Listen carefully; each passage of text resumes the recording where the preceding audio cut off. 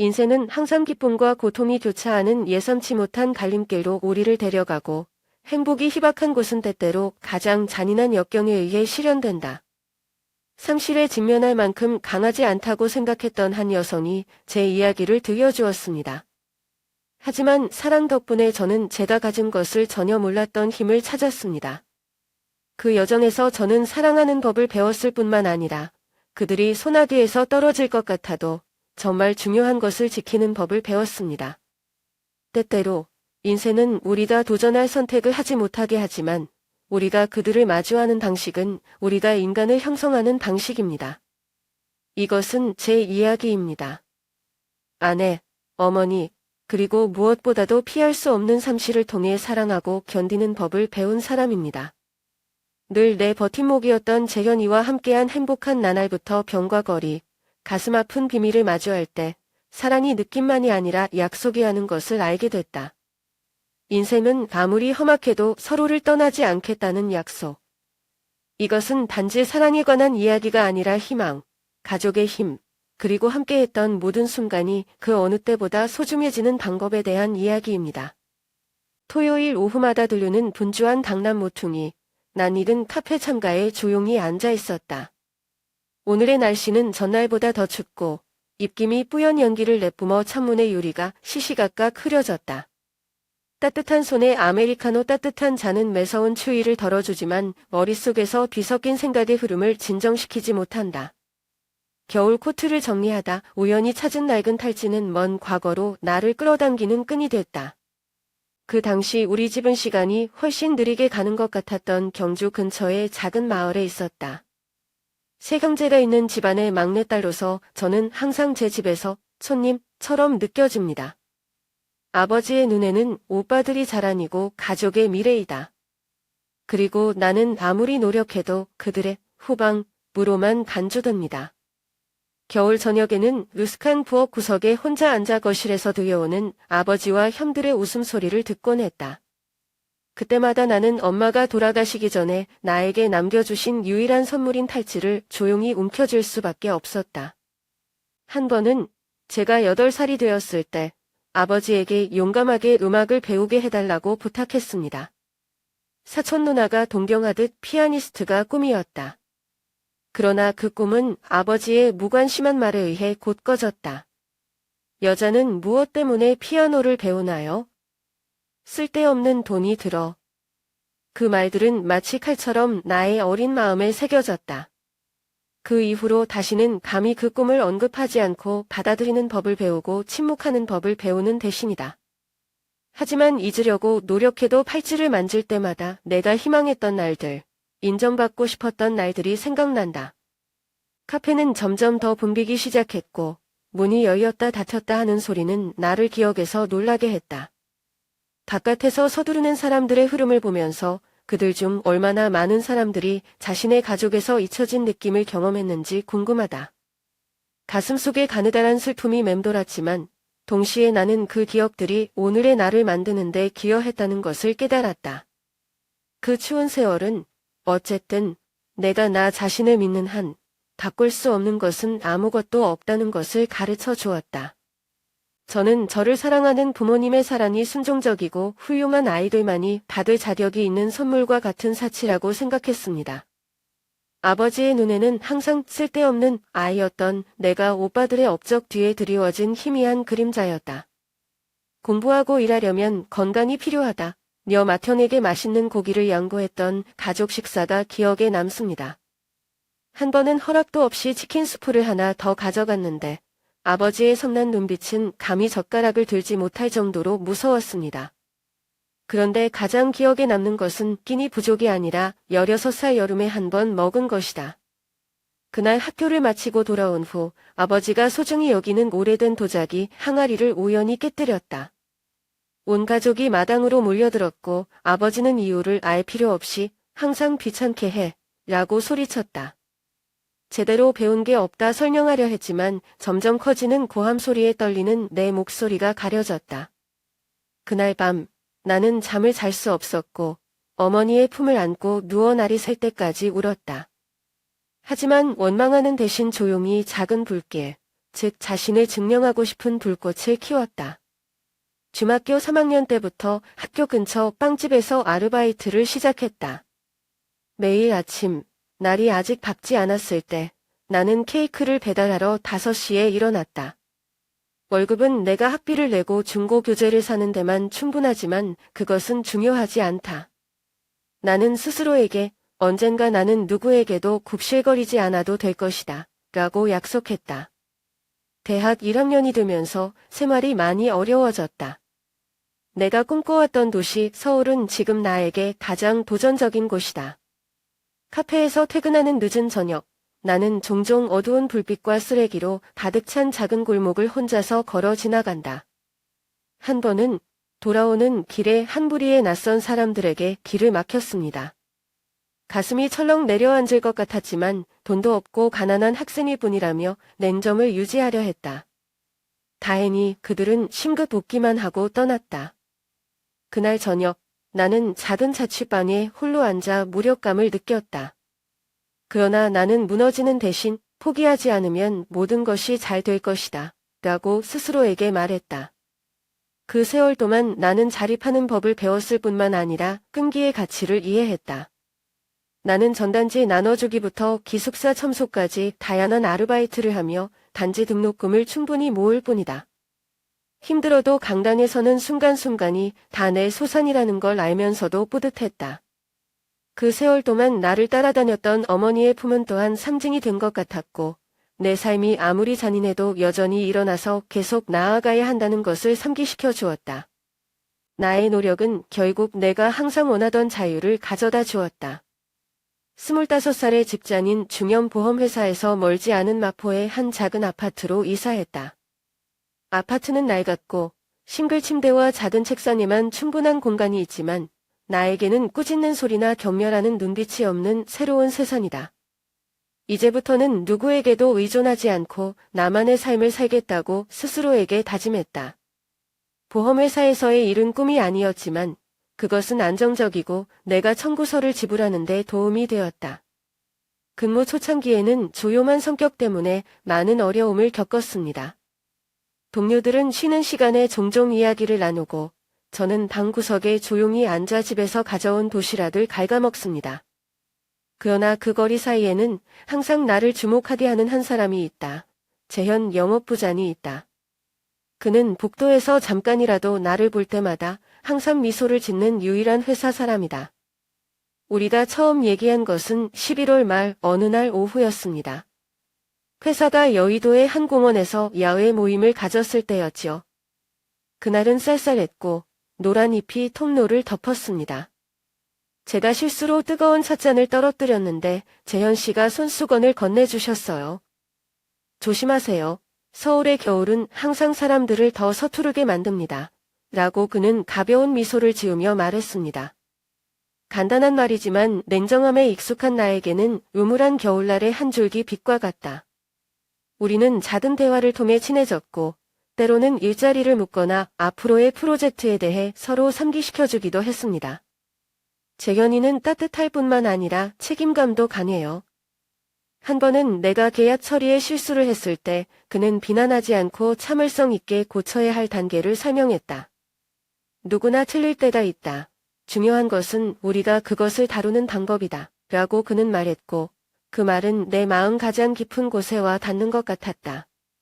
그러나 우리 관계가 완전히 평화롭지는 않았다. 어느 날 아침 회의 때 저는 동료들로부터 보고서의 사소한 실수 때문에 비난을 받았음을 알게 되었습니다. 재현이한테만 잘 의지하고 지금 자리에는 어울리지 않는다고 합니다. 등 뒤에서 수군거리는 말들이 나를 깊이 상처 입게 했다. 그날 저녁 재현이가 왜 우울해 보이냐고 물었을 때 참지 못하고 울음을 터뜨렸다. 그는 귀를 기울이고 아무 말도 하지 않고 내 어깨에 손을 얹고 다른 사람의 말을 통해 자신의 가치를 증명할 필요가 없습니다. 라고 말했다. 노력하는 것만 알아도 충분해. 고난의 나날을 이겨낼 수 있었던 건 재현의 인내와 진심이었다. 난생 처음으로 내가 더 이상 혼자가 아니라고 느꼈다. 하지만 위로 외에도 이 행복을 지키기 위해서는 나 자신뿐만 아니라 나를 믿어준 사람을 위해 더 강해져야 한다는 것도 이해한다. 재현과 나는 3년간의 연애 끝에 결혼했는데 남산의 한 오래된 교회에서 작지만 아늑한 결혼식을 올렸다. 저희 부모님은 참석하지 않으셨고 바쁘신 핑계를 대셨지만 저는 그게 별로 중요하지 않다는 것을 알았습니다. 모두의 축복에 내 손을 꼭 잡은 재현을 보니 사랑받고 존경받는 새 가족이 생겼다는 느낌이 든다. 결혼식 후 우리는 재현이가 일하는 곳 근처 수원의 작은 아파트로 이사했다. 힘든 세월이 먼 꿈인 것처럼 삶이 한결 가벼워지기 시작했다. 그런데 진짜 기쁨은 첫째 딸 은하가 추운 가을 아침에 태어났을 때 온다. 처음 아기를 품에 안았을 때 나는 행복한 눈물을 멈출 수 없었다. 아이의 동그란 눈을 보면서 이제 제 삶에 또 다른 큰 목적이 있다는 것을 알았습니다. 강원도에서 온순한 농사꾼인 시부모님은 부모로서의 천몇 년 동안 우리에게 큰 버팀목이었다. 우리가 방문할 때마다 시어머니는 내가 직접 만든 김치부터 인삼탕까지 다양한 전통 음식을 준비하시는데 내가 그것을 보충해 줄 것이다. 은하를 돌보기 위해 건강을 유지해야 해요. 라고 그녀는 종종 말했고 부드러운 눈빛은 마치 제다 전에 없던 샘모집으로 돌아간 것처럼 저를 따뜻하게 만들었습니다. 그러나 삶은 결코 완전히 평화롭지 않다. 은하가 2살이 되었을 때 재현은 회사 구조조정으로 인해 갑자기 직장을 잃었다. 이 충격으로 온 가족이 동요했다. 늘 내 눈에 강했던 재현은 갑자기 조용해지며 자책했다. 한 번은 작은 발코니에 몇 시간 동안 앉아 말 한마디 없이 분주한 거리를 내다보았다. 아내와 아이들의 미래를 보장할 수 없다는 압박감을 느낀다는 것을 이해한다. 게다가 재정 문제도 갈수록 긴장하고 있다. 저축은 점점 고갈되고 있고 저는 아르바이트로 모든 가족 비용을 감당할 수 없습니다. 서로에 대한 사랑이 사라졌기 때문이 아니라 2사람을 상처받기 쉬운 불안감 때문에 작은 논쟁이 일어나기 시작했다. 한 번은 지출 삭감에 대해 격렬한 논쟁을 벌이던 재현이 갑자기 집을 나섰다. 그날 밤 은하방에 머물면서 아이가 자는 걸 보고 눈물이 멈추지 않았어요. 나는 이러한 어려움들이 우리가 지은 모든 것을 파괴할까봐 두렵다. 그러나 진정되자 나는 무기력에 사로잡힐 수 없다고 결심했다. 입력부터 번역까지 재택근무를 받기 시작했다. 낮에는 은하를 돌보고 밤이 깊어 아이가 잠들면 컴퓨터 앞에 불빛이 희미해져 앉는다. 우리는 또한 더 많은 이야기를 나누기 시작했고 두려움을 공유하고 서로를 격려할 방법을 찾기 시작했습니다.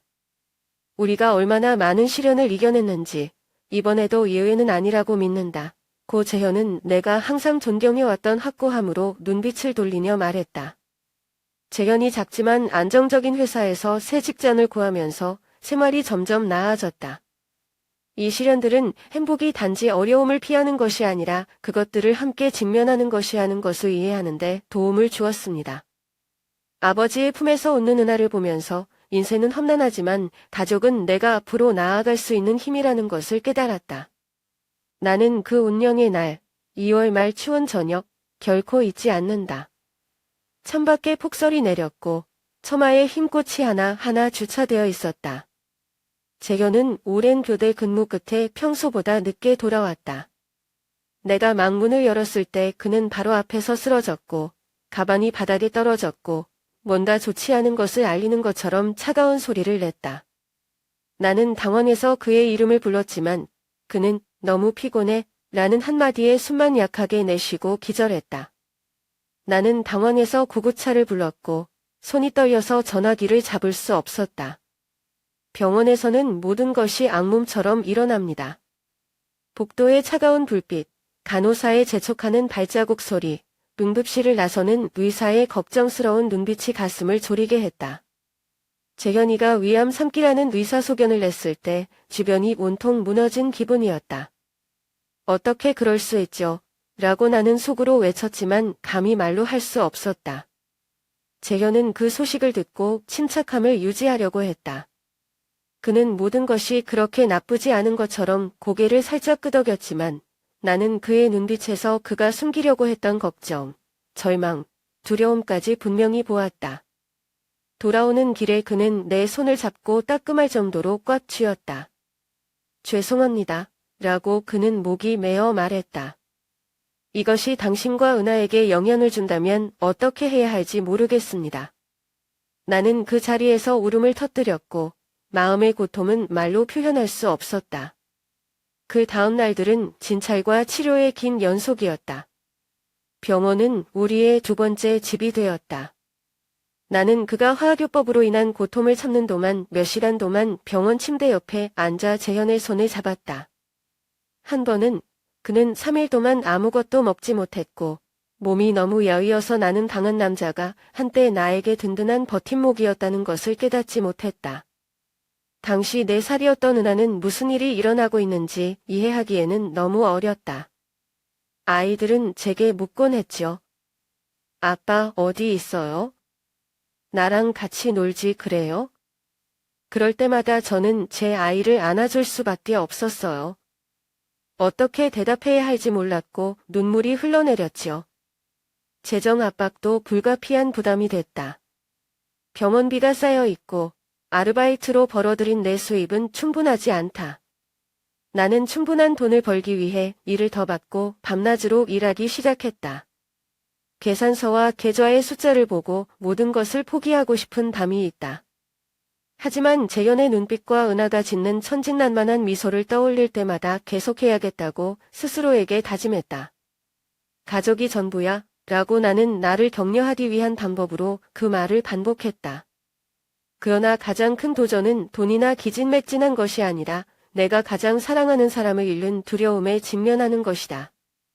한 번은 재현이가 통증에서 깨어났을 때 나를 가까이 끌어당기며 하루만 내가 여기 없다면 은하가 부족한 게 없도록 잘 지내라 고 속삭였다.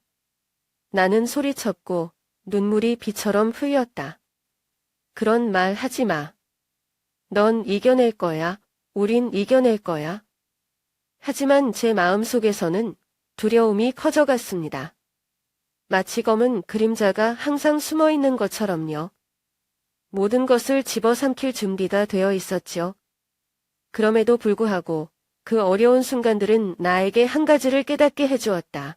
진정한 사랑은 단지 기쁨을 나누는 것이 아니라 인생의 가장 큰 폭풍과 함께 싸우는 것이다. 재현을 편안하게 해줄 수 있는 관리법, 특별한 식이요법, 자연적인 통증 완화법까지 배우기 시작했다. 그가 나약하게 웃을 때마다 나는 우리가 아무리 힘들어도 여전히 한 가족이라는 것을 안다. 그리고 가족은 아무리 투쟁해도 항상 가장 소중한 것이다. 평생 함께하겠다고 약속했던 재현은 오랜 화학요법 끝에 변하기 시작했다. 포기해서가 아니라 나와 은하에게만 자신의 존재가 더 큰 고통을 줄까봐 두려웠기 때문이다. 나는 그가 보이지 않는 격을 분리하려는 것처럼 우리 사이의 거리가 점점 더 커지는 것을 분명히 느꼈다. 5월 어느 날 아침, 병원으로 가는 길 곳곳에 진달래가 만달했을 때 재현은 갑자기 나에게 너는 매일 여기에 있을 필요가 없어. 은하와 함께 시간을 보내서 은하는 편안함을 느낄 수 있도록. 나는 깜짝 놀라서 그를 보았고 그가 왜 그렇게 말했는지 모르겠다. 그러나 그의 눈빛은 더 이상 익숙한 부드러운 눈빛이 아니라 차갑고 단호했다. 나는 저항하려고 노력했다. 당신은 나의 가족입니다. 함께하고 싶어서 왔어요. 같이 이겨내기로 약속했잖아요. 그러나 내 말은 그를 흔들지 않았다. 그는 내가 요리한 음식을 거부하기 시작했고 내가 상처의 붕대를 갈아주는 것을 도와주기를 거부했다. 그는 생각할 시간이 필요하다고 말했지만 나는 그것이 나를 밀어내기 위한 핑계일 뿐이라는 것을 알았다. 한 번은 은하 씨랑 방문했을 때 한 번도 안 봐주셨어요. 은하는 그냥 여기 누워서 기다리는 사람이 아니라 강한 아버지가 필요하다. 는 그의 말을 듣고 가슴이 아팠다. 하지만 최악의 상황은 폭우가 쏟아지는 어느 날 저녁에 발생했다. 긴 하루를 일하고 집에 돌아왔을 때 재현이가 남긴 편지를 발견했다. 편지에서 그는 더 이상 나에게 부담이 되지 않을 것이라고 생각하는 다른 치료시설로 옮기고 싶다고 썼다. 나는 당신과 은하가 내 병에 얽매이지 않고 자신만의 삶을 살기를 원합니다. 나를 잊고 행복하게 살자. 고 그는 썼다. 마지막 줄까지 읽으면서 손이 떨리고 눈물이 멈추지 않았다. 나는 당신을 그렇게 멀리 떠나게 할 수 없어요. 다음날 아침, 나는 모든 일을 그만두고 그를 찾기 위해 병원에 갔다. 도착했을 때 병실은 이미 비어 있었다. 간호사에게 물어보니 재현이가 서울에서 거의 300km 떨어진 광주에 있는 한 완화의료시설로 옮겨달라고 요청했다고 한다. 별 생각 없이 나는 즉시 두려움과 고통으로 가득 찬 첫 기차를 탔다. 무슨 생각을 하고 있어요? 내가 너와 나의 세계인데 어떻게 너를 잊을 수 있니? 라고 나는 스스로에게 말했다. 그 여정 내내 눈물이 흘러내렸다. 내가 새로운 시설에 도착했을 때 그는 내가 나타난 것을 보고 놀라고 약간 불쾌해했다. 하지만 상관없어요. 나는 그의 눈을 똑바로 쳐다보고 처음으로 강하게 말했다. 나는 모든 것을 포기할 수 있지만 나는 그렇지 않다. 가족은 포기하지 말지 선택할 수 없는 것이다. 날 몇 번이나 쫓아내도 난 여기 있을 거야. 재현은 말없이 눈물이 그렁그렁한 뺨을 타고 흘러내렸다. 그날부터 나는 그가 막으려 해도 더 이상 그를 떠나지 않았다. 나는 그가 더 이상 나를 사랑하지 않기 때문이 아니라 그가 너무 사랑하고 내가 더 많은 고통을 받을까 봐 두려워하기 때문이라는 것을 안다. 하지만 그 사랑이 나에게 모든 것을 이겨낼 힘을 주었다. 비록 앞날이 험난하더라도 저는 우리가 함께 맞설 수 있다고 믿습니다. 왜냐하면 가족은 어떤 것이든 깨질 수 없는 것이기 때문입니다. 7월의 어느 날 아침, 평소보다 더 더운 날씨였다. 재현의 병실은 커튼 사이로 쏟아져 들어오는 떼약볕 아래 더 좁아졌다. 평소보다 늦게 병원에 도착했는데 그가 좋아하는 음식을 사러 식료품점에 들렀기 때문이다. 내가 들어가자 반의 분위기가 유난히 무거워졌다. 늘 상냥하게 대하던 시어머니가 갑자기 외면한다면 재현은 눈을 피해 조용히 침대에 누웠다. 나는 놀라서 무슨 일이 일어나고 있는지 모르겠다. 그러나 고 시어머니는 목소리를 높였고 그녀의 목소리는 가볍게 떨렸다. 요즘 너는 왜 이렇게 자주 일찍 집에 늦게 오니? 재현이가 그러는데 제가 회사 남자 동료와 왕래가 있다. 그게 사실인가요? 그녀의 질문은 제 심장에 타격을 입혔습니다. 나는 그에게 부정을 기대하며 재현을 바라보았지만 그는 잠자코 창밖을 응시했다. 나는 조용했다. 엄마, 그렇지 않아요. 나는 재현이의 병원비를 더 벌기 위해 야근하러 간다. 나는 그를 위해, 우리 가족을 위해 모든 것을 한다. 고 나는 절망적인 목소리로 설명했다. 하지만 시어머니는 여전히 실망과 회의감이 섞인 눈으로 저를 쳐다보았습니다.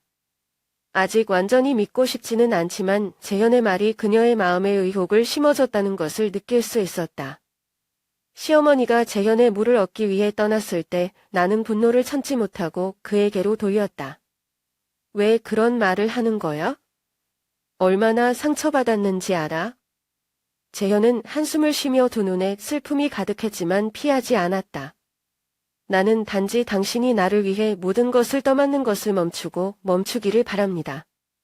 엄마가 나를 의심하면 내가 떠날 때 더 쉽게 느낄 수 있다. 나에게 얽매이지 않고 새로운 삶을 시작하는 거야. 나는 터무니없는 비난 때문이 아니라 그의 사랑의 무력감 때문에 울음을 터뜨렸다. 당신은 내가 어떤 사람이라고 생각합니까? 내가 단지 어려움 때문에 널 버릴 거라고 생각해? 넌 내 아내이고 은하의 엄마고 절대 떠나지 않을 거야. 내가 무슨 말을 하든 온 세상이 날 의심해도 난 널 위해 여기 있어. 나는 그의 손을 잡고 손바닥에 있는 그의 야윈 손가락 뼈 하나하나를 분명히 느꼈다. 그 후 며칠 동안 시어머니와 저 사이의 냉담함은 여전히 남아 있었습니다. 그녀가 혐의를 전적으로 믿지 않는다는 것을 알지만 의심은 작은 균열과 같아서 마음속에서 쉽게 커진다.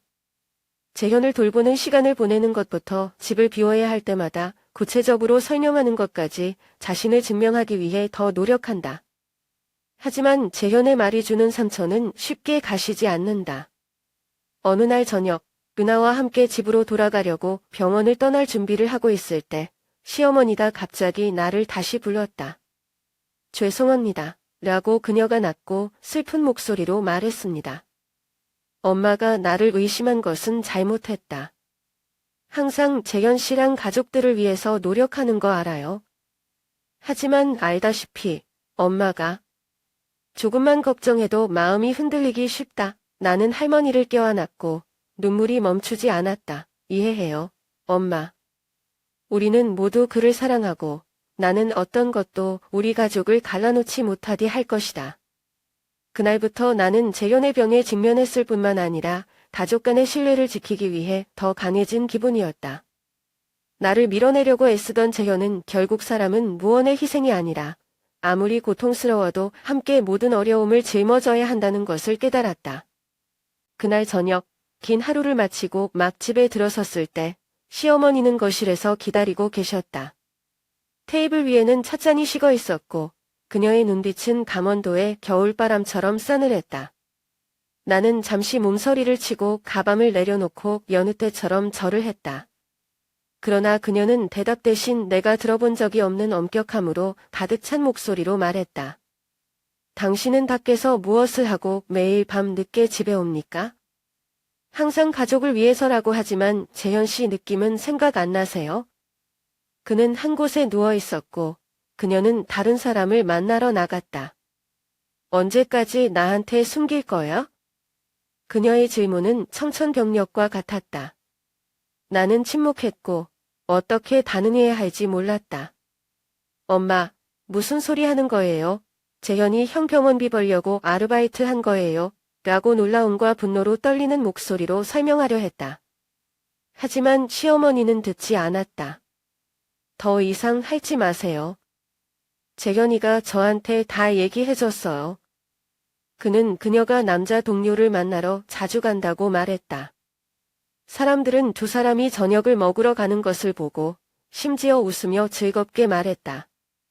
남편을 진심으로 생각한다면 왜 그런 일을 합니까? 나는 내 심장이 꽉 막힌 기분이었다. 시어머니의 말은 의심뿐 아니라 심한 비난이었다. 나는 침착하려고 노력했지만 목소리가 멀어졌다. 엄마, 재현이가 왜 그런 말을 했는지 모르겠지만 맹세코 안담한 일은 없어요. 아르바이트를 많이 하고 직장 때문에 동료들을 만날 때도 있어요. 하지만 모든 것은 그를 치료할 더 많은 돈을 벌고 싶기 때문입니다. 엄마는 날 믿어야 해. 시어머니는 나를 보고 의심과 실망이 섞인 눈빛을 보냈다. 내가 그렇게 쉽게 설득당할 거라고 생각해? 재현의 말이 틀릴 리가 없다. 이 이야기를 지어낼 이유가 없습니다. 아니면 그가 당신을 힘들게 할 방법을 찾고 있다고 생각하세요? 저는 더 이상 아무 말도 할 수 없어요. 재현이가 왜 그랬는지 본인도 이해가 안 돼요. 그는 내가 얼마나 많은 희생을 했는지 항상 잘 알고 있는 내가 가장 사랑하고 신뢰하는 사람이다. 그런데 왜 지금 저를 이런 상황에 빠뜨리시는 거죠? 그날 저녁 나는 며칠 동안 숨어 있다가 재현의 병상 옆에 앉아 그를 마주했다. 왜 어머니께 그런 말씀을 하세요? 라고 나는 눈물이 뺨을 타고 흘러내리며 물었다. 그 말이 나를 얼마나 아프게 하는지 알아? 재현은 바로 대답하지 않았다. 그는 피곤한 두 눈에 무기력함이 가득 차 있는 나를 바라보았다. 나는 내가 더 이상 고통받는 것을 원하지 않아. 엄마가 나를 미안한 사람으로 생각한다면 나는 죄책감 없이 당신을 떠날 이유가 있을 것입니다. 내 병에 얽매이지 않고 다른 삶을 살았으면 해. 나는 울컥했고 화가 났고 마음이 아팠다. 그렇게 생각하는 게 나를 사랑하는 거야? 당신은 나를 밀어내고 이 가족에게 의심을 불러일으키고 단지 내가 떠나도록 내버려 두나요? 어떤 사람 같아요? 나는 일어서서 혼란스러운 감정을 억누르려고 노력했다. 내가 무슨 말을 해도 나는 떠나지 않을 거야. 가족은 내가 힘들다고 포기할 수 있는 게 아니다. 그날 이후 나는 시어머니와 모든 것을 명확히 하기로 결정했다. 저는 제가 하는 일을 보기 위해 할머니를 데리고 갔습니다. 매일 저녁 설거지를 하는 작은 레스토랑에서 제가 낮에 입력하는 사무실로요. 내가 노력한 모든 것을 얘기하는데 번 돈 하나하나가 재현의 치유에 쏠려 있다. 시어머니는 오랫동안 침묵하셨고 내 손을 잡으시고 떨리는 목소리로 미안해 라고 말했다. 엄마가 널 의심했어. 어머니는 아들을 잃는 것이 두려웠고 그 두려움은 어머니를 현명하지 못하게 했다. 그 후 며칠 동안 시어머니와 저는 점점 가까워졌습니다. 그리고 재현 씨, 비록 고통을 감추려고 애쓰셨지만 서로를 위한 희생이 짐이 아니라 가장 혹독한 시련을 함께 맞닥뜨리는 힘이라는 걸 깨닫기 시작하셨다는 걸 압니다. 그날 저녁, 초겨울 공기보다 더 차가운 내 눈물이 집을 짓게 한 후, 재현은 내가 은하의 침대 옆 의자에 멍하니 앉아있는 방으로 조용히 걸어 들어갔다. 그녀는 오랫동안 잠을 잤고 순진한 얼굴은 가족의 풍란에 대해 전혀 모른다. 피곤한 내 얼굴에 희미한 불빛이 비쳤고 재현은 무슨 말을 하고 싶은 것처럼 보였지만 말을 잇지 못했다. 마침내 그는 내 옆에 앉으며 다가왔다. 죄송합니다. 라고 그가 말했습니다. 너무 조용한 목소리로 저는 제가 잘 들린다는 것을 확실히 하기 위해 올려다봐야만 했습니다. 나는 대답하지 않고 얼굴만 숙이고 실망감은 여전히 가슴에 무겁다. 그는 내 손을 잡았고 그의 손은 야위고 떨렸다. 그는 거짓말을 했다. 당신이 어머니에게 말하는 모든 것은 단지 당신을 원망하고 죄책감 없이 떠나게 하기 위한 것입니다. 나 때문에 내가 더 이상 고통받지 않았으면 해. 그의 말은 내 심장을 도려내는 날카로운 칼날 같았다. 나는 벌떡 일어나 더 이상 억제할 수 없었다. 그렇게 하는 것이 당신에게 좋다고 생각해요? 은하가 사랑하는 아버지를 잃은 나를 떠나서 내가 행복할 것 같아요? 그게 날 사랑한다고 생각해? 목이 메어 눈물이 길게 흘렀지만 닿지는 않았다. 나는 당신이 그런 식으로 나를 보호할 필요가 없다. 내가 필요한 건 너뿐이야. 아무리 힘들어도. 재현은 고개를 숙이고 나는 무서워 라고 조용히 말하기 전에 한참 동안 침묵했다. 내가 머물면 지쳐서 당신이 점점 약해지는 것을 볼 때 괴로울까 봐 두려워요. 나는 내가 그걸 보지 않았으면 좋겠어. 나는 그의 눈을 똑바로 쳐다보았는데 한때 활기찼던 눈은 이제 고통과 무력감으로 가득 차 있다. 내가 언제 가장 고통스러웠는지 알아? 내가 우리의 사랑을 믿지 않을 때, 내가 너 없이 더 행복할 거라고 내 마음대로 결정할 때야. 가족은 즐거울 뿐만 아니라 가장 고통스러운 시련을 포함하여 모든 시련을 함께 극복해야 합니다. 재현은 병이 낫다는 소식을 접한 후 처음으로 울음을 터뜨렸다. 그가 내 어깨에 기대자 딸꾹질마다 몸이 가늘게 떨렸다. 미안해. 너의 힘을 의심해서 너에게 상처를 줘서 미안해. 그런데 난 내가 더 이상 고통받는 걸 원치 않아. 나는 그를 껴안았고 그의 몸의 연약함을 분명히 느꼈다. 그 순간 저는 앞으로 몇 달의 시련과 눈물로 가득 차도 우리는 함께 이겨낼 것이라는 것을 깨달았습니다. 내가 강해서가 아니라 사랑과 가족이 내가 포기하지 않을 수 있는 용기를 갖게 하는 유일한 것이기 때문이다. 그날 이후 모든 것이 변했다. 재현이는 더 이상 저를 밀어내려고 하지 않아요. 대신 그는 나와 시어머니, 심지어 친구들의 도움을 받아들이기 시작했다. 우리는 그의 병과 싸울 뿐만 아니라 작은 가족을 지키기 위해서도 싸웠다. 빈 하루의 피곤함에도 불구하고 나는 그의 침대 옆에 앉아 하루의 사소한 이야기를 그에게 들려주거나 단지 내가 여전히 여기 있다는 것을 그에게 알리거나 아무데도 떠나지 않았다. 비록 앞이 험난하지만 나는 내가 잘 선택했다는 것을 안다. 가족은 어떤 상황에서도 항상 놓지 않고 붙잡을 것이다. 그리고 재현 씨도 우리가 함께하는 매 순간 그 힘을 느꼈을 거라 믿습니다. 그날 저녁, 작은 방은 무거운 분위기로 가득 찼다. 바닥에 앉아 무슨 일이 있어도 절대 서로에게 상처를 주지 않을 거라고 생각했던 남자 재현을 붉은 눈으로 응시했다. 하지만 지금 그는 나를 보호하기 위해 나를 밀어내고 싶다고 말하면서 여기에 있다. 가슴이 찢어질 것 같아요. 당신은 나를 떠나는 것이 나를 보호하는 것이라고 생각하나요? 그게 날 죽이는 게 뭔지 몰라? 나는 눈물을 흘리며 소리쳤다. 목소리는 떨렸지만 분노에 차 있었다. 당신은 내가 단지 동정심 때문에 여기 있다고 생각하나요? 내가 너와 이 가족을 위해 모든 것을 견디고 머물기로 선택했다는 것을 이해하지 못했니? 재현이가 저를 보면 얼굴에 고통과 무기력함이 가득해요. 뭔가 말하고 싶은데 할 수가 없어. 그의 침묵이 나를 더욱 아프게 했다. 나는 너의 행복을 결정할 권리가 없어. 라고 나는 목맨 소리로 계속했다. 그는 우리가 함께 모든 것을 이겨낼 것이라고 약속했습니다. 이제 당신은 일방적으로 그 약속을 깨고 싶나요? 누나, 우리 가족이 서로를 얼마나 필요로 하는지 생각 안 해. 나는 그가 오랫동안 유지하려고 했던 모든 자율성이 무너지는 것처럼 그의 어깨가 가볍게 떨리는 것을 보았다. 나는 단지 두려웠다. 언젠가 나를 선택한 것을 후회할까봐. 나는 너와 은하가 나 같은 사람에게 얽매이는 것을 원하지 않아. 라고 그는 목소리를 이르며 말했다. 나는 고통 속에서 웃었고 눈물이 핌 돌았다. 날 떠나면 내가 더 행복할 것 같아? 그가 없었다면 이 가족은 더 이상 의미가 없었을 것이다. 은하는 형이 필요하고 저도 형이 필요해요. 우리는 많은 것을 잃을 수 있지만 이 사랑은 그렇지 않다. 알아들었어요. 방 안의 분위기가 갑자기 조용해졌다. 재현은 고개를 숙였고 그의 여인 얼굴 위로 눈물이 떨어지기 시작했다. 그는 내 손을 잡고 내가 그의 떨림을 느낄 정도로 꽉 조였다. 미안해. 내가 틀렸어. 나는 진실을 마주하기 위해 너무 무서워서 너를 밀어냈다. 그런데 이제는 내가 가진 유일한 힘이 너라는 걸 알아.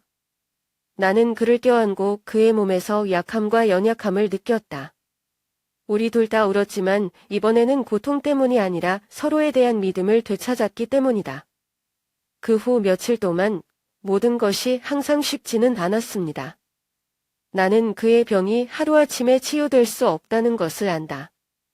하지만 가장 큰 변화는 서로를 밀어내기보다는 함께 직면하기 시작했다는 것입니다.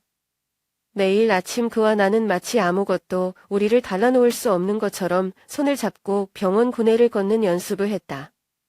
한 번은 제가 약을 먹는 걸 도와드리려고 하는데 은하가 낙서를 하고 밤으로 뛰어들었어요. 그녀는 들어서 행복하게 자랑했다. 나는 아빠, 엄마, 그리고 나를 그렸다. 우리는 행복한 가족입니다. 그렇죠, 엄마.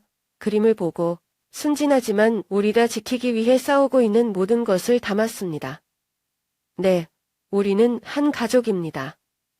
그리고 앞으로 많은 도전이 남았지만 우리가 함께 할 수만 있다면 극복할 수 없는 것은 아무것도 없다는 것을 알았습니다. 시간이 흐르면서 재현의 건강이 회복되기 시작하면서 기적 같은 일이 벌어진 것 같다. 장기간의 화학치료와 지속적인 고통은 그가 더 잘 먹고 동네를 부드럽게 걸을 수 있는 날들에게 점차 자리를 양보했다. 나는 가족의 모든 노력이 결국 결실을 맺는다는 것을 느끼며 안도의 한숨을 쉬었다. 하지만 그 기쁨은 오래가지 못했다. 4월 초 어느 날 오후 서울거리 곳곳에 벚꽃이 만개했을 때 재현의 변화를 실감했다. 그는 자주 늦고 예전처럼 더 이상 나에게 전화를 걸어 알려주지 않는다. 내가 묻자 그는 일을 산의하기 위해 동료들을 만나야 한다고 얼버무렸다. 그런데 한 번은 집 근처의 작은 카페를 몇 가지 물건을 사러 지나가다가 뜻밖에도 낯선 여자와 앉아있는 그를 보았다. 둘이 너무 진지하게 얘기하는 것 같아요. 그녀는 길고 매끄러운 검은 머리에 연한 새 코트를 입고 있었고 가벼운 미소는 나로 하여금 무슨 얘기를 하고 있는지 짐작할 수 없게 했다. 심장이 조이는 것 같았지만 가게 안으로 들어가지 않고 참으려고 노력했다. 저는 밖에 서서 창밖을 내다보았고 생각을 멈출 수가 없었습니다. 이거 누구야? 그런데 왜 나한테 아무 말도 안 했을까? 그날 저녁 나는 모든 것을 물어보기 위해 재현이가 돌아오기를 기다렸다. 그가 집에 들어갔을 때 여전히 피곤한 표정으로 약간 피했지만 나는 참을 수 없었고 오늘 집 근처 카페에서 누구를 만났습니까? 라고 물었다. 재현은 얼핏 놀라며 당황한 눈빛이 역력했다. 그냥 옛 지인입니다. 아무것도 중요하지 않아. 라고 그가 재빨리 대답하고는 내 눈을 피했다. 제 마음이 착잡해요. 그 후 며칠 동안 나는 어떤 일에도 집중할 수 없었다. 그는 계속 늦었고 나는 그와 그 여자를 몇 번 더 보았다.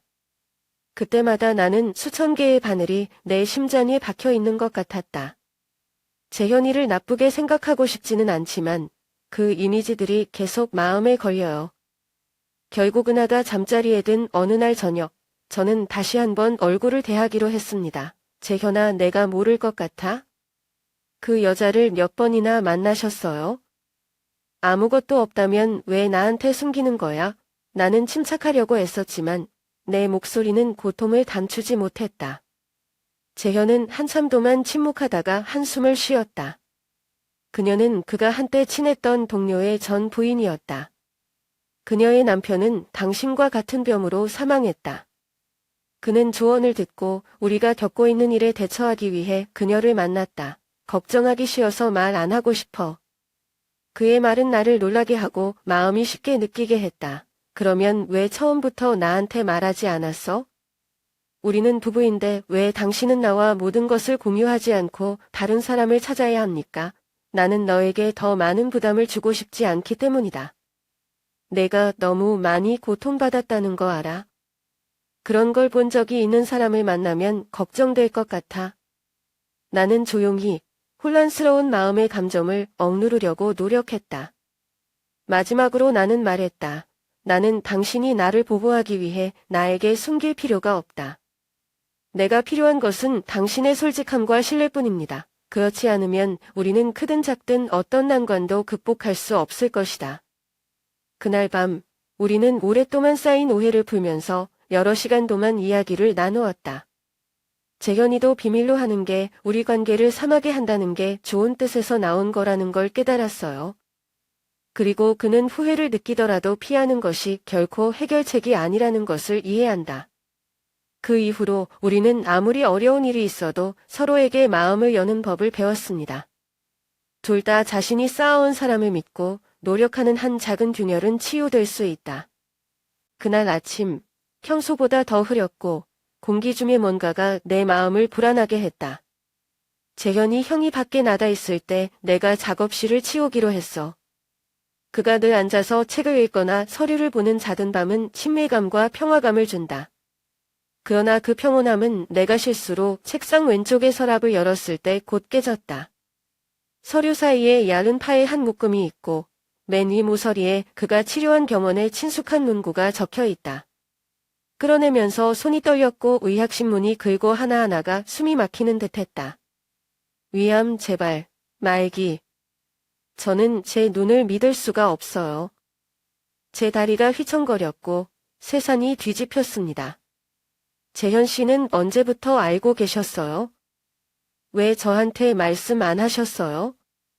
그날 저녁 재현이가 돌아왔을 때 거실에서 대기하면서 앞에 놓인 서류를 연습했다. 그는 문을 들어서자마자 내 얼굴을 보자마자 멈춰섰다. 그의 눈빛은 당황하는 빛이 역력했지만 그는 빠르게 진정하고 피할 수 없는 대결을 준비하는 것처럼 걸음을 늦추었다. 언제까지 나한테 숨길 거야? 나는 목이 쉬면서 물었다. 내가 눈치채지 못할 것 같아? 내가 진실을 알 자격이 없다고 생각해. 재현은 한숨을 쉬며 더 이상 숨기려 하지 않는 고통으로 눈빛에 가득 찼다. 나는 내가 한 번 더 고통받는 것을 원하지 않아. 은하랑 저랑 너무 희생을 많이 했어요. 나는 당신이 내가 쓰러지는 것을 보는 것을 원하지 않는다. 다시는 그런 아픔을 겪지 않았으면 좋겠다. 나는 울음을 터뜨렸고 눈물이 걷잡을 수 없이 쏟아졌다. 저희를 떠나서 은하를 떠나는 게 덜 고통스러울 것 같아요. 당신이 진실을 숨기고 모든 것을 혼자 하는 것이 나를 가장 고통스럽게 하는 것이라는 것을 이해하지 못합니까? 재현이가 저를 보고 눈이 충혈됐어요. 저는 수진이를 만나서 준비를 했어요. 그녀는 내가 떠난 후 나와 은하에게 모든 것을 맡기는 방법, 재정 정리 방법을 알아내는 데 도움을 주었다. 나는 너에게 어떤 부담도 주고 싶지 않아. 그의 말을 듣고 내 마음이 조여들었다. 당신은 우리의 미래를 걱정하지만 현재도 똑같이 중요하다는 것을 이해하지 못하나요? 내가 원하는 유일한 것은 아무리 힘들어도 너와 함께 있는 것이다.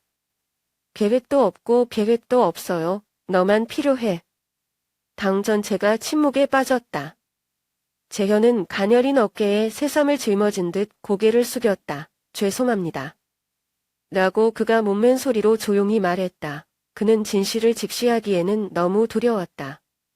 근데 알아.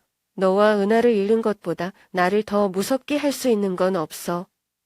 그날 저녁, 우리는 몇 시간 동안 함께 앉아 아무도 더 이상 말을 하지 않았지만 함께 있는 것만으로도 피 흘리는 상처를 달랠 수 있을 정도였다.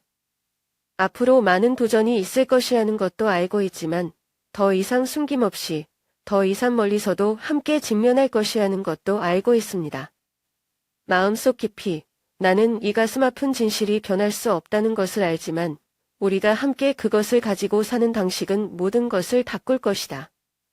그리고 우리의 시간이 얼마나 남았든 간에 저는 그 모든 순간을 제가 가장 사랑하는 남자와 함께 보내고 누나는 가족이 시작일 뿐만 아니라 우리가 항상 속해 있는 곳이라는 것을 이해하도록 할 것입니다. 삶이 아무리 험악해도요. 그날 저녁 재현이가 나한테 숨긴 걸 다 발견했을 때 밑도 끝도 없는 깊은 구덩이에서 자유낙하하는 기분이었다. 원래 보금자리였던 우리의 밤은 이제 참을 수 없을 정도로 답답해졌다.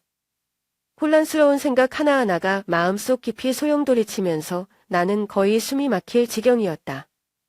재현은 말없이 변명하지 않고 식탁에 조용히 앉아 있었다. 그의 침묵은 내 심장을 조금씩 베는 차가운 칼날과 같았다. 저는 돌아서서 우리의 결혼 사진이 걸려있는 벽을 바라보았습니다. 이 사진은 어떤 일이 일어나든 우리가 함께 할 것이라는 약속의 상징이었습니다. 그러나 이제 그 모든 약속은 파편일 뿐인 것 같다. 저는 더 이상 참을 수가 없어요. 분노와 고통 속에서 나는 넥자를 힘껏 잡아당겨 바닥에 부딪혔다. 유리 깨지는 소리가 조용한 방에 울려 우리 둘을 아연케 했다. 나는 소리쳤고 눈물이 흘렀다. 나를 숨기는 것이 너를 보호하는 것이라고 생각하니? 당신의 침묵이 나를 가장 아프게 한다는 것을 이해하지 못하나요? 내가 당신과 대면할 수 없을 정도로 약하다고 생각해요? 내가 널 필요로 하지 않는다면 내가 왜 머물러야 해? 내가 왜 모든 걸 다 희생하고 모르는 거죠? 재현은 고개를 들었고 그의 눈빛에는 고통과 후회가 가득했다. 그는 일어나서 나를 향해 걸어왔지만 나는 그가 만지지 않도록 뒤로 물러섰다. 나는 당신을 믿지 않아요. 나는 내가 나와 함께 있을 만큼 강해질 수 있다는 것을 믿지 않는다. 내가 너 없는 하루를 준비할 필요는 없어. 너에게 필요한 건 단 하루, 한 시간이라도 너와 함께 있는 것뿐이야. 그가 바닥에 주저앉자 눈빛이 산산조각이 났다. 죄송합니다. 라고 그가 못맨 소리로 말했다. 나는 일부러 너를 다치게 한 것이 아니다. 그런데 무서워. 내가 당신을 위해 지칠까봐, 당신이 약해지는 것을 보고 괴로울까봐 나를 미워하면 손을 놓기가 더 쉬울 것 같아. 그 말들은 나로 하여금 억누를 수 없게 했다. 나는 그의 옆에 앉아 그의 손을 잡고 손가락 하나하나로 그의 떨림을 느꼈다. 당신은 이해하지 못합니까? 당신이 무엇을 하든 나는 결코 당신을 떠나지 않아요. 만약 당신이 두렵다면 저와 함께 맞서게 해주세요. 당신이 아프면 내가 공유하게 해주세요. 단 하루도 너 없이 살 수 없어. 우리는 둘 다 이름 불릴 수 없는 감정의 폭풍 속에서 서로를 껴안았다. 나의 울음소리와 그의 거친 숨소리가 뒤섞여 마치 온 세상이 그 순간에 우리만 남은 것 같았다. 다음날 아침, 나는 깨진 유리 조각을 치우고 웨딩 액자를 조심스럽게 다시 조립했다. 저는 그것이 단지 깨진 상징이 되는 것이 아니라 우리가 서로 약속을 한 적이 있고 무슨 일이 일어나더라도 서로를 잃지 않도록 상기시켜주는 것이 되기를 바랍니다. 변하기 시작한 재현. 그는 치료일 전부터 마음속의 걱정에 이르기까지 더 이상 나에게 숨기는 것이 없다. 우리는 두려움 없이, 회피하지 않고 함께 사는 법을 배웠습니다. 하루하루가 전쟁이었지만 최소한 우리가 함께 맞닥뜨린 전쟁이었다. 초겨울 어느 날 아침, 짙은 안개를 뚫고 연약한 햇빛이 내리쬐자 평소 어지럽게 놓아두었던 서류를 정리하기 위해 재현의 작업실을 다시 청소하기로 했다. 그 밤은 재현의 어떤 부분이 아직 저와 함께 있는 것처럼 항상 따뜻한 느낌을 줍니다. 마지막 서랍을 열었을 때 나는 그의 익숙한 손글씨가 적힌 낡아 빠진 하얀 봉투 하나를 발견했다. 마지막 나를 위해.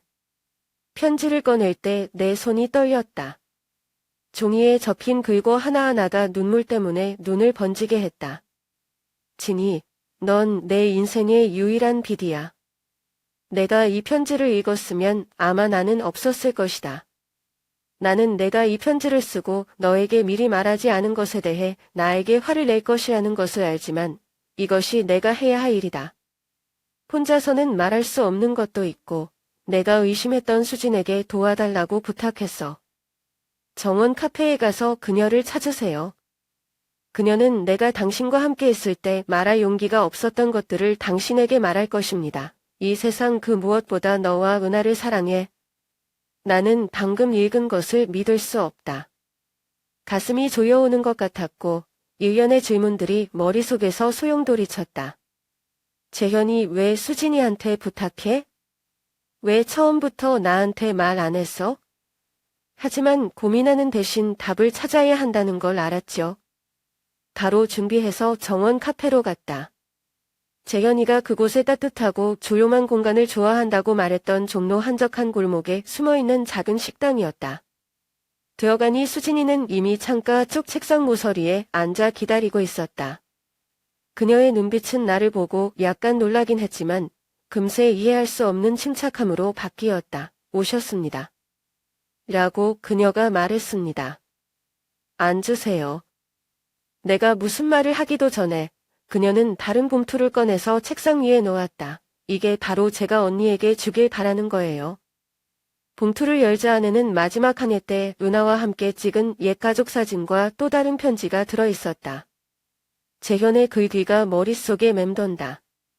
나는 당신이 이러한 책임을 당신의 어깨에 맡길 때 나를 쉽게 용서하지 않을 것이라는 것을 알고 있습니다.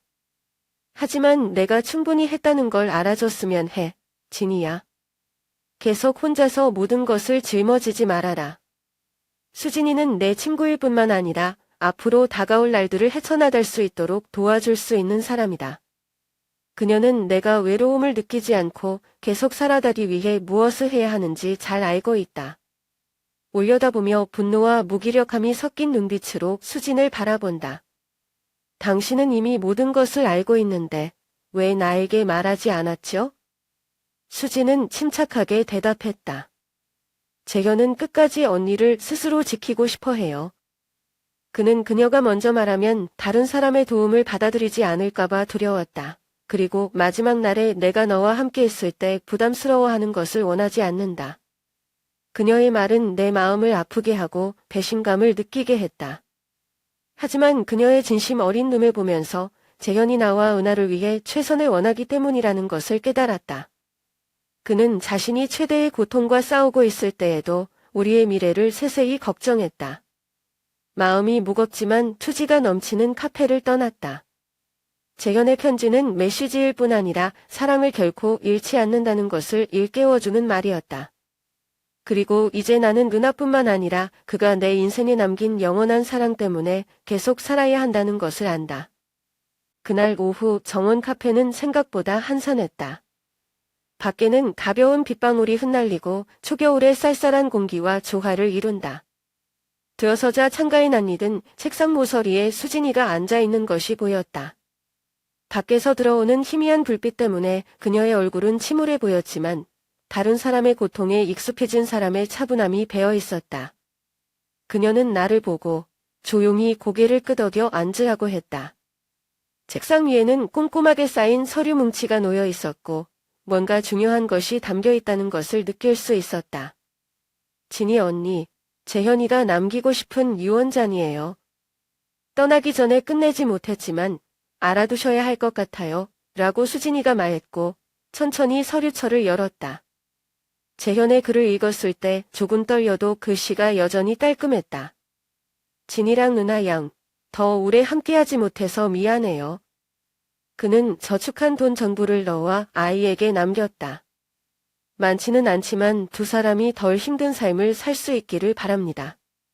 넌 내가 사랑하는 유일한 사람이고, 은하는 우리가 가진 것 중 최고야. 과거를 보지 말고 내가 가질 자격이 있는 것을 위해 계속 살아라. 여기까지 읽으면서 눈물을 참을 수 없었다. 근데 더 놀랐던 건 수진이가 바로 그 직후의 한 말이었어요. 재현 씨는 치료를 포기하려고 생각한 적이 있어요. 라고 그녀는 부드럽지만 분명한 목소리로 말했다. 병세가 더 악화되었을 때 그는 그녀와 은하가 더 이상 고통받는 것을 보지 않기 위해 멈추고 싶어 했습니다. 하지만 그의 마음을 바꾸게 한 것은 그녀의 사랑과 끈기였다. 내가 얼마나 소중한 존재인지 몰라. 수진이의 말은 뇌리에 일격을 가하는 격이었다. 재현이가 입원했던 시절, 조용히 내 손을 꼭 잡았던 시절, 고통스럽지만 결의에 찬 눈빛을 떠올렸다. 나는 아내가 해야 할 일을 했을 뿐이라고 생각했지만 그것이 그에게 그렇게 큰 의미가 있을 줄은 몰랐다.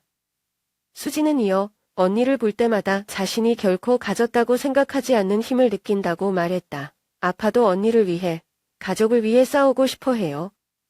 나는 떨리는 손으로 종이를 움켜쥐고 앉아 있었는데 이야기의 모든 조각들이 마침내 연결되어 있는 것 같은 느낌이었다.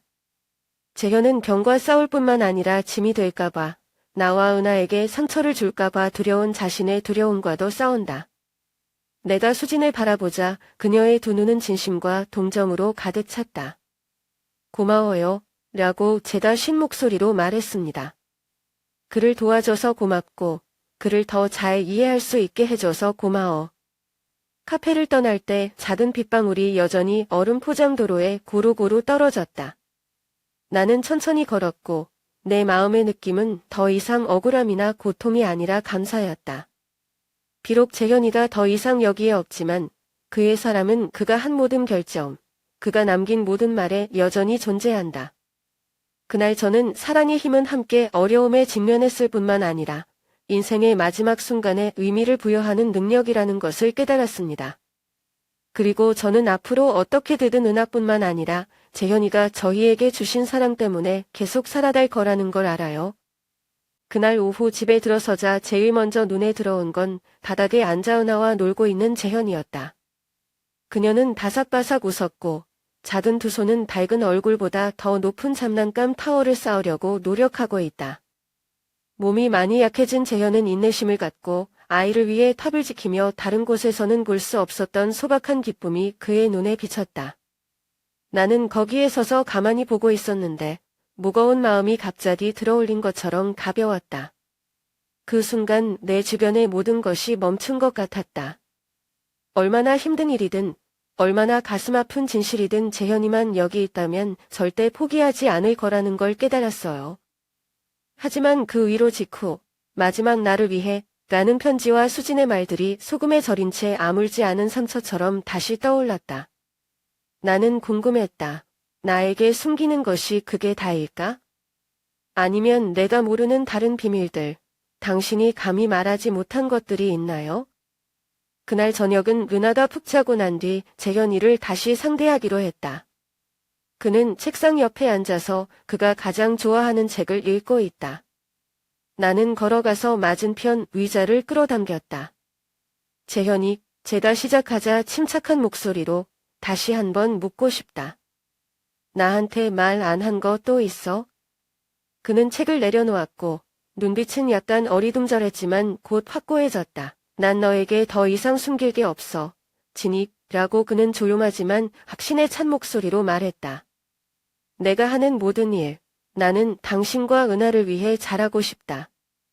하지만 침묵은 당신을 더 다치게 할 뿐이라는 것을 이해합니다. 배웠어. 나는 그를 보고 마음이 편하고 무거웠다. 수진이 형이 치료를 포기하고 싶어 했던 것에 대해 말해줬어요. 그게 어떤 기분인지 알아요? 내가 과연 형을 살만하다고 느낄 만큼 했을까? 재현이가 내 손을 살며시 잡았는데 그의 손은 우리가 처음 함께 했던 날처럼 여전히 따뜻했다. 절대 그렇게 생각하지 마, 라고 그가 감격에 겨워 떨면서 말했다. 누나와 내가 계속 싸우는 유일한 이유입니다. 그는 결코 그것을 의심한 적이 없다. 하지만 병세가 악화되면 부담이 될까봐 두려웠다. 내가 틀렸어. 다시는 그런 실수 없도록 하겠습니다. 그의 말에 눈물이 났지만 이번에는 고통이나 의심의 눈물이 아니었다. 안도감과 회복된 신뢰의 눈물이다. 그 다음 날, 저는 우리가 함께 사는 방식에 큰 변화를 느끼기 시작했습니다. 재현은 더 이상 마음속에 생각을 품지 않는다. 그는 건강에 대한 사소한 걱정부터 말하지 않은 소원까지 모든 것을 공유했다. 짧든 길든 앞으로 다가올 날들을 함께 계획한다. 하지만 마음속 깊이 나는 시간이 우리 편이 아니라는 것을 안다. 그의 고통은 사라지지 않았고 그의 건강은 점점 약해졌다. 그래도 한순간도 헛되이 보내지 않기로 마음먹었다. 그리고 재현이가 은하랑 노는 걸 보면서 인생이 우리를 어디로 데려가든지 우리의 사랑과 유대감은 절대 깨지지 않는다는 걸 이해했어요. 지나간 비밀, 나를 괴롭혔던 오해들은 이제 모든 파도를 헤쳐나가기 위해 진실과 신뢰가 가장 중요하다는 것을 일깨워주는 말일 뿐이다.